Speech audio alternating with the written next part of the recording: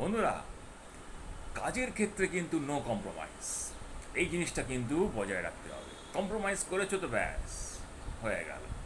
সেক্ষেত্রে তোমাকে কাজটাকে প্রফেশনালিজমভাবে, টোটালি প্রফেশনালিজম এগোতে হবে। এইখানে কোনো রিলেশনশিপ আসে না, কোনো কিছু আসে না, খালি তোমার কাজ। অ্যাকচুয়ালি কিন্তু আমরা জীবনে কাজটাকে প্রাধান্য দিই সবাই, ওয়ার্কহলিক হতে চাই, মানে অ্যালকোহলিক নয়, ওয়ার্কহলিক। কাজ কিন্তু আমাদের জীবনের প্রধান বৈশিষ্ট্য। সেখানে আমরা কাজটাকে ওয়ার্শিপ, আমরা যেমন ভগবানকে প্রার্থনা করি, পুজো করি, কাজকেও পুজো করি। তাই তোমরা দেখবে এই যে নববর্ষে আমরা হালখাতা এইসবগুলো যে ভগবানকে ভগবানের যে পুজোতে দিই, সেগুলো কি, সেগুলো তো অ্যাকচুয়ালি কাজেরই একটা অঙ্গ না, বিশেষ অঙ্গ, অ্যাকাউন্টস।